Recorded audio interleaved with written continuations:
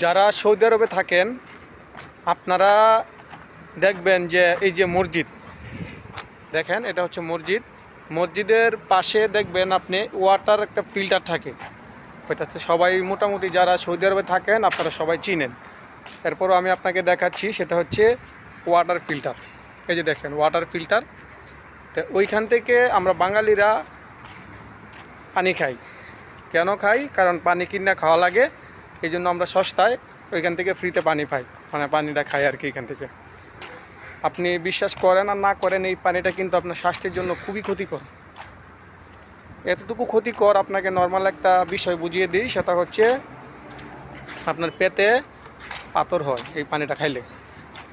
তো আপনারা লাগলে আপনি মাসে 20 রিয়াল 30 রিয়াল খরচ করে পানি কিনে খান, তাও এই পানিটা খাইয়া জীবনের জন্য একটা সংকট বয়ে আনেন না।